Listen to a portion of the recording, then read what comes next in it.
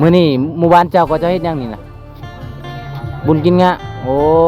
ทั้งหมดในหมู่บ้านเจ้าเลยบ่มื้อนี้น่ะอ๋อทุกคนเลยมื้อนี้ก็มื้อตั้งหรือว่ามื้อกินเลยมื้อนี้น่ะมื้อตั้งเนาะกำลังเฮ็ดลาบงัวทุกคนเลยอันนี้แหละประเพณีไม่ย่างอันนี้นะ ยังไง งัว สินหัวบ่สิให้ไผ ให้พวกเจ้ากินฟรีเลย กินฟรีเลย โอ้บ่ได้ซื้อเลยบ่ บ่ได้ซื้อ มีย่างอีกนั่นนะ ยังเหี้ยนะข้าวต้ม ข้าวต้มบ่โอ้มีข้าวต้มข้าวล่ามทุกคนเลยโอ้สุดยอดเนาะ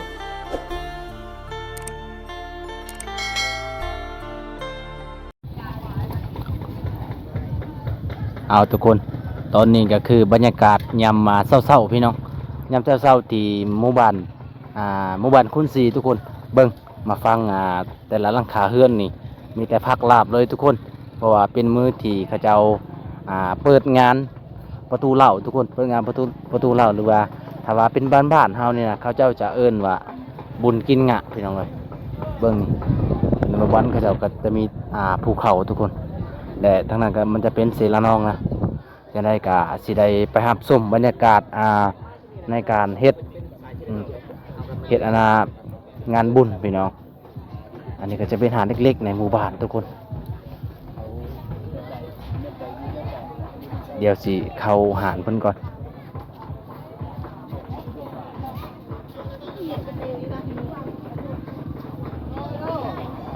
อันนี้ก็จะเป็นหาดเล็กๆทุกคนหาดในหมู่บ้านนี่หาดในหมู่บ้านเลยนี่จะเป็นสาวน้อยที่มาเผาห่านเดี๋ยวบวงก็จะได้ไปเลาะบรรยากาศอยู่นอกทุกคนเลยโอ้อันนี้กำลังปิงซีนทุกคนเลยอังใส่เนาะอ๋อซีนย่างอันนี้ซีนงัวโอ้ทุกคนเลยเพราะว่าเขาเจ้าบริปิงอยู่ในเฮือนเพราะว่าเตาไฟเนี่ยมันอันเดียวทุกคนก็เลยมาเฮ็ดแบบว่าเฮ็ดเตาไฟอยู่ลุ่มอีกทุกคนเอาจะได้ก็สิได้ไปเลาะบรรยากาศอยู่ในหมู่บ้านนี่ทุกคนเบิ่งหลังคาไฟหลังคามันก็มีแต่แบบว่าเขาเจ้าก็เชิญแขกมากินทุกคนเลยหลังคานี่ก็เต็มทุกคนเลยเกินไฟเฮืองมันก็มีแต่รถแต่ทุกคนเพราะว่าเขาเจ้าเชิญผีเชิญน้องมาแต่งอยู่ครัวกินงะมื้อนี้เนาะอันนี้ทุกคนเลย กินน้ำกันเลย โดยอันนี้เฮือนเจ้าบ่แม่โอ้โดยแม่นมื้อนี้กินงะหมดมื้อเนาะนี่เขาเจ้ากำลังเผาไหว้ทุกคนเพราะว่าเขาเจ้าก็เกี่ยมมื้อวานนี่แหละไปตัดไหว้ไปตัดแนวอยู่ของกินอันนี้คือเจ้าของหาดเด้อทุกคนเด้อนี่สวยๆงามๆเลยสบายดีแน่สบายดีซื้อหยังเนาะซื้อสาวสุกโอ้บ่วงหาก็เห็นครั้งแรกทุกคนเอ้ย เป็นชาวดิบนะ แม่นสาวสุกเพิ่นกะสิได้ดังไฟทุกคนดังไฟสิเฮ็ดหยังน้องปิ้งหยังปิ้งปลาบ่อ๋อปิ้งหยังเฮ็ดกินบ่อังไส้ก็คือปิ้งซีนทุกคนเลยมื้อนี้หมู่บ้านเจ้าก็จะเฮ็ดหยังนี่น่ะบุญกินงะโอ้ทั้งหมดในหมู่บ้านเจ้าเลยบ่มื้อนี้น่ะอ๋อทุกคนเลยมื้อนี้ก็มื้อตั้งหรือว่ามื้อกินเลยมื้อนี้น่ะมื้อตั้งเนาะอ้าวทุกคนเลยมื้อนี้ก็ไปเยี่ยมยามบ้านคนซี่ทุกคนเลยก็มาพอสาวงามเพราะว่าในหมู่บ้านนี้เขาเจ้าว่ามีผู้สาวงามหลายเนาะหมู่บ้านเจ้าเนาะ อันนี้คือน้องเจ้าวัสสุโมเมนล้านโอ้ใหญ่บัดถ้าว่าใหญ่นี่คือสิงามเลยทุกคนเลยงามคือ คือนักสาวเลยเจ้าสิพาทีมงานเขาไปทางใดอยู่ไสอยู่นี่คือบ่มีคนเอาทุกคนอันนี้ก็จะเป็นของฝากจากผู้ใหญ่ใจดีจากฝั่งใต้แล้วก็สิได้ไปแจกของเล็กๆน้อยๆอยู่ในหมู่บ้านของชาวสุขทุกคนหมู่บ้านคุณสีแต่ว่าก็บ่ได้มีคนเดี๋ยวเฮาก็สิเอิ้นคนมาหาทุกคน สบายดีสาวเกตโอ้เจ้ากับ เอ้า มาเบิ่ง อันนี้ซาวเกตป่ะ แม่ โอ้บ่จื้อเลย จะไปแต่เมื่อวานนี่บ่น้อง สบายดีเด้อ เบิ่งกลับบ่เบิ่งกลับ ไปเฮือนญาติเจ้าทุกคนเลยโอ้ เฮือนนี่ นี่คือสาวเกตมาบำตาประวานน้องกาให้บุญ ขึ้นกินข้าว บุญกินหยาเป็นตามประเพณีทุกคน ถ้าว่าเจ้าของเฮือนบ่เอิ้นก็ขึ้นได้บ่ ได้ ได้ เนาะอย่าลืมเอิ้นอ้ายเด้อ ปลาบ่ใจ ขึ้นแล้วเด้ มาเห็นน้องมื้อนี้ก็คือใหญ่ๆเลยเนาะ เนี่ย แม่นตัวน้องใหญ่เลย ใหญ่ยาวแล้วทุกคน เจะเช็ดยังนี่ ปีกชีน ปิ้งซีนโอ้จะมาแต่มื้อใด จังหวะ วันนี้โอ้โดยใจเด้อเดี๋ยวจะน้อยอาจสิขึ้น อันนี้ก็จะเป็นมอเตอร์ไซค์บ่แม่นมอเตอร์ไซค์ทุกคนรถไถเขาเจ้าแก่คลองมาได้ แก่คลองมาแล้วก็แก่ตู้มาเพื่อสิเฮ็ดระวงบางทีทุกคนเลยนี่เรามาบานเบิ่งหลังคาไผก็มีแต่รถหยอกรถใหญ่ทุกคนเลยมีแขกหลายคนเอาตอนนี้ก็สิไปแจกของเพราะว่าก็สิไปเอิ้นพี่น้องผู้ใดมักสุดใดหรือว่าสีใดก็เจ้าก็ให้เลือกเองทุกคนเลยเครื่องมันสิพอบ่นี่ เพื่อนได้ก็ตกแป๊กๆเนาะก็จะเฮ็ดกับ แม่น เป็นงาน มื้อนี้เป็นมื้อที่ แม่น พักลับทุกหลังคา แม่นบ่ได้ไปใส่เลยอยู่รวมกันเลยหมดมือเดี๋ยวเขาก็แจกเครื่องทุกคนเลย มาลายเลย มาลาเด้อ ของเฮานี่สิพอหรือบ่พอก็บ่ฮู้ เอาเจอมาแหละมันทำยาก ตอนนี้การสีมาแก้เสื้อผ้าเพราะว่าสามบ้านมาล่าเลยนะทุกคนเลย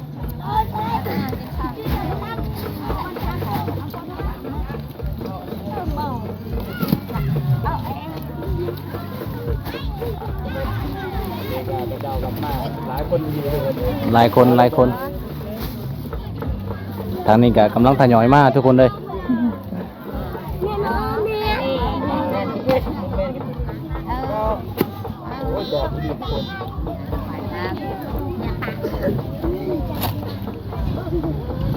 จอกเราเว้ย เครื่องก็ประมาณ3เป่าเนาะเครื่องมีแต่เครื่องงามๆเลยเครื่องมาแต่ไทยได้อืม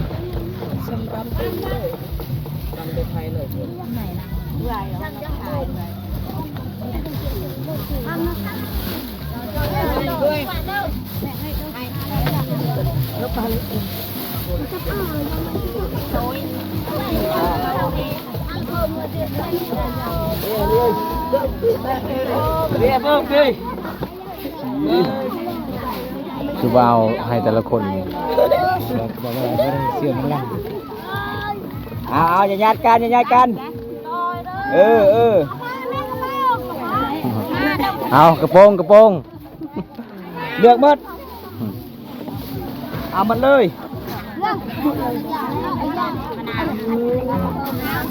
ตัวได้งามแล้วเบิดพุ่นนั้นเอาไปเลย ให้พวกเจ้านี่งาม งามนะแม่เสือนี่เอาไหม งามไหมเสือตัวนี้เอาแล้วไหม โอ้ยแดดเลยทุกคนเลย บ่พอเนาะ แม่นบ่พอเลยเบิ่งเสือตัวนั้นงามเลย เออ เสือสีเขีย เอา ว มัดเอามือเบิ้ล ตรังอ้อตรังอ้อ เอาไปมันเลยไปเปิดปากใน เป็ด จูเลยเรียกใส่เลย นุ่งเลยเนาะดีใจทุกคนเลยคนดีใจ เอาไปแจกของเพราะว่าของมันบ่หลาย ทางแดดทางญาติกันมันงามเลยเจ้านุ่งเลยอ่ะนุ่งน้ำเบิ้ล นุ่งเลย งามเลยนุ่งเลยงามแล้วโอ้งามคัก ยอดสุดยอด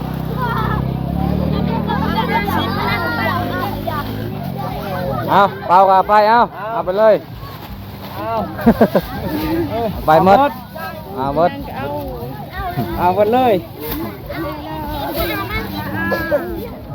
ตอนนี้ก็เสร็จเป็นทีเรียบร้อยแล้วทุกคนหลังจากเอาเครื่องมาแล้วก็โอ้กลับไล่บัดนี้เนาะ บางคนก็ได้บางคนก็บ่ได้โอ้ยทุกคนเลย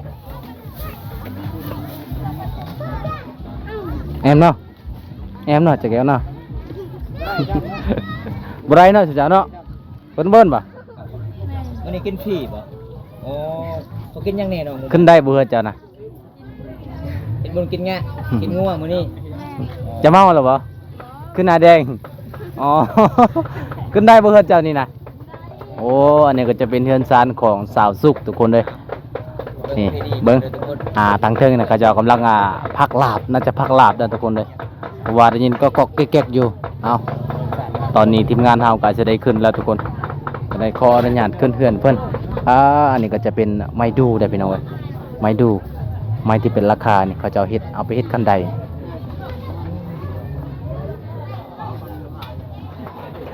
ทุกคนเลยนี่ในเฮือนซาซุกมีมาน้ำเตาเฉยนี่เบิ่งมาน้ำเตาแต่ว่าเขาเจ้าบ่สู้ใส่นะมาน้ำเตาเขาจะใส่กระตุกมันหลายกว่าเพราะว่ามันบ่แตกเอาทุกคนอันนี้ก็จะเป็นเฮือนซานของซาซุกเพราะว่าเฮือนซานของเพิ่นนี่ก็ยังเป็นแบบดั้งเดิมอยู่ทุกคนเลยเอาแบบป่าหญ้ามะมุงนี่ทุกคนแต่ว่ามัน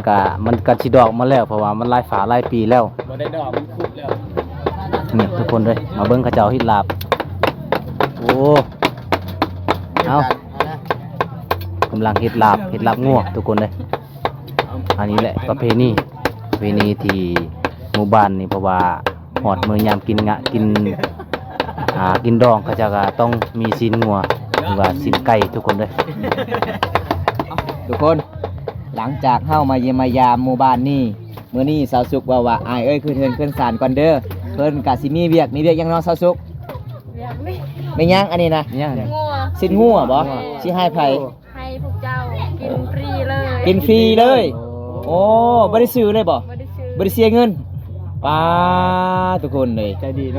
นาะเบิ่งทุกคน อันนี้ประมาณจักล้านน้องอันนี้ 6 ล้านตึบ ฮะฮอดบ่ล้านหนึงบ่ เออ โอ้พี่น้องเอ้ยเอ้าจังได้เฮาก็สิปฏิบัติตามประเพณีเขาเจ้าก่อนเนาะ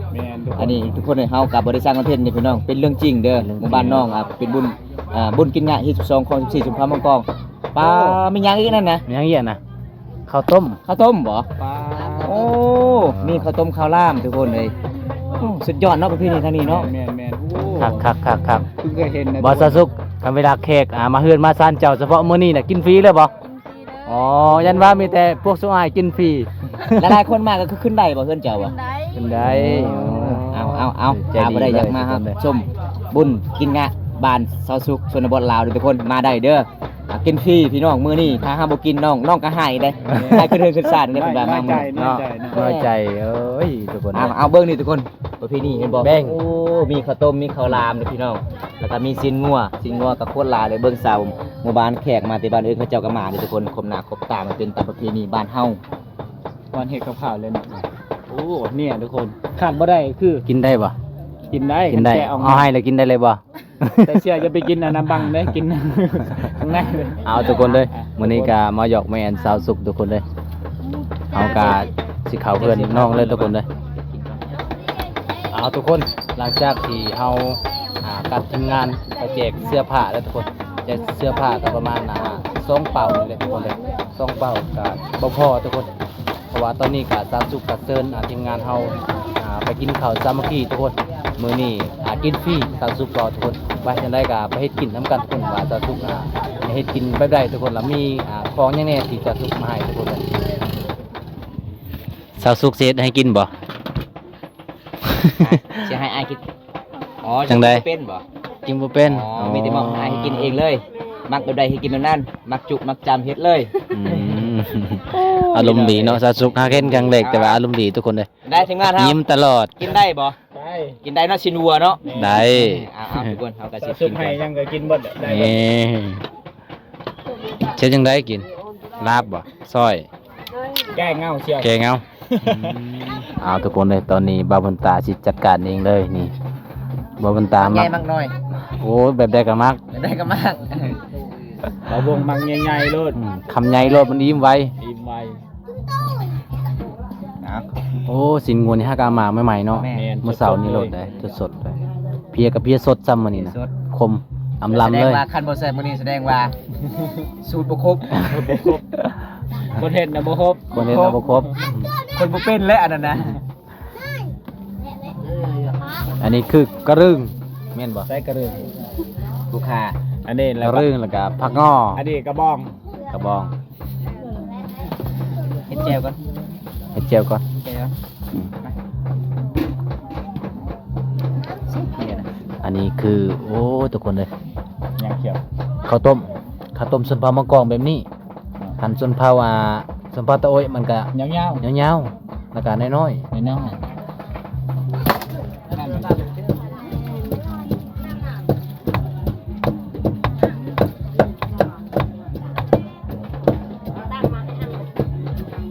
มาเลยทุกคนกินบังพลามชาสุก ๆ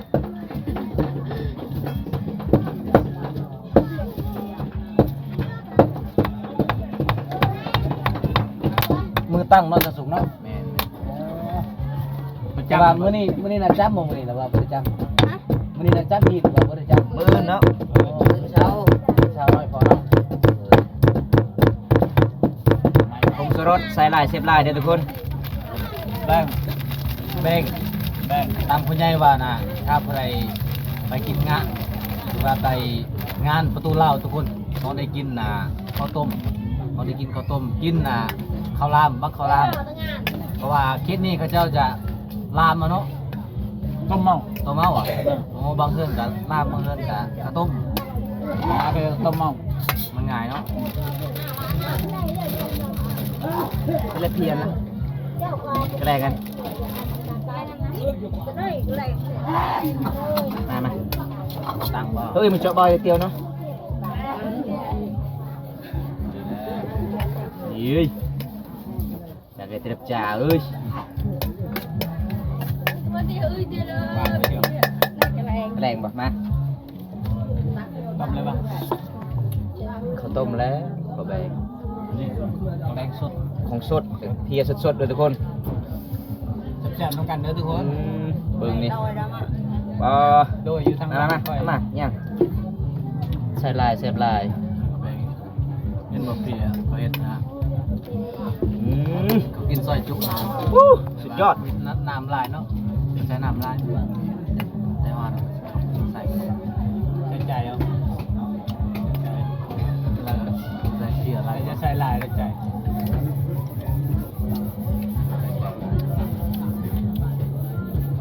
ได้เหลือให้เจ้าของ เหลือไว้นี้ เร่งอยู่บ้างเอาก่อนจะขับเดี๋ยวขอมากินแค่กินก่อน แกงนั้นทำพี่ สุดยอดอร่อย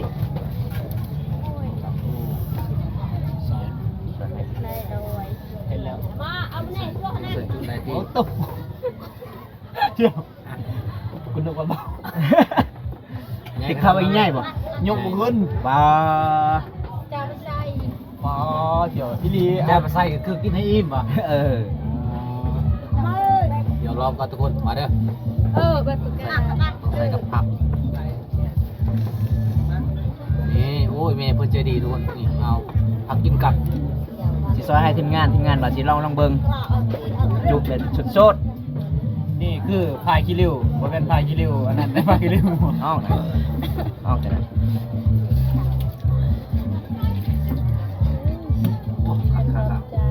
จังมงกับครั้งหมด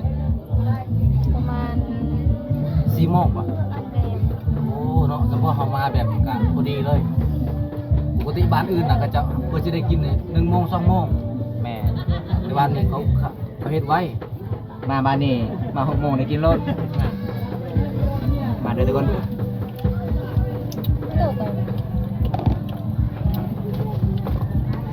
เอา แจกกันเดียวเนาะ เดี๋ยวเดี๋ยว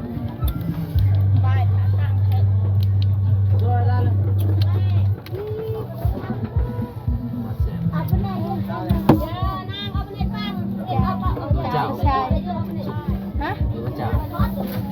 ไปจานเลย จ้าอะไร อะไรไงก็ นี่แสบนี่เอา ได้ โอ้ทุกคนเลยนี่ซอยแบบนี้เลยเนาะ ขายบ่ได้อ่ะ พี่ชายเห็นยังสิกินยังสิได้ อุปักไอ้เสือไง สาวสุก ไม่ได้ฟังเอา สาวสุกไอขอกินน้ำเลยเด้อมีน้ำกินบ่ เดินน้ำน้ำ โอ้ยทุกคนหิวน้ำแหละเพราะว่าบ่ได้เอาขึ้นน้ำก็อยู่ในรถปุ่นบ่ได้เอาขึ้น กินแบบน้ำธรรมชาติเอาทุกคนเลยเพราะว่าเฮาเป็นคนบ้านนอกก็กินอะไรก็ได้เอาจังสีเลยทุกคนนี่ง่ายๆรถนี่โดนแล้วบ่ได้กินแบบซอยจุสดๆแบบนี้ทุกคนส่วนลายอยู่ในเมืองน่ะเพียมันก็สิบ่คม ส่วนลายตันเลยเย้าแสบนั่งมานี่ อืม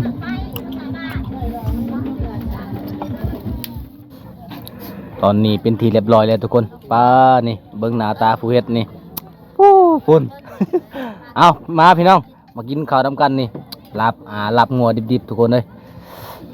มากินนํกันนี่กับสาวสุกเนี่ยสาวสุก14เนี่ย กินข้าวนำกันเด้อ นี่ลาบงัวแซ่บๆเนาะเอาไว้เลย นี่แล้วว่าสุกเจ้าอิ่มแล้ว อิ่ม ใส่บัตร แล้ว สิให้ไอเอาเมื่อนี่นะบ่ให้บ่ ตัวใด หาย ให้ ข้าวต้ม เอา อ๋อ หยอกน้องทุกคนประบาน้องก็สิ เอาเมียนเลยเอาเมียนเลยน้อย เฮาก็กินอิ่มแล้วเฮาก็ให้น้องเอาไว้พี่น้องหลังจากนั้นเฮาก็ไปเบิ่งประเพณีทางนี้เนาะมีตีม่วนมีตีมั่นในมื้อนี้ได้ แม่ ประเทศหยังทุกคนจนฮอดเช้ามื้ออื่นแล้วก็เจ้าก็กินไก่กินหมูมื้อนี้ก็คือทางสามบ้านกินสัตว์ใหญ่ทุกคนกินงัวมีหลายตู้ได้ อาหารที่เหลือน้องกะเอาไว้บนเดียวทุก ใจ คน หลายๆเด้อชาว เดี๋ยวแขกคนมาน้องกะสิได้ต้อนรับอีก ขอให้อยู่ดีมีแห้ง อืม ขอให้เฮงปังปัง ปีใหม่ฟ้าใหม่เนาะสุกๆเนาะ แม่น กับบ่ได้พัวก็ได้พัวซา เขาไม่ได้พวกเอาพวกจ้าเนาะ เอาทุกคนเด้อให้อยู่ดีมีแห้งเพราะว่าถ้าว่าเป็นหมู่บ้านเฮาน่ะก็ปีใหม่แล้วเนาะสุกๆเนาะ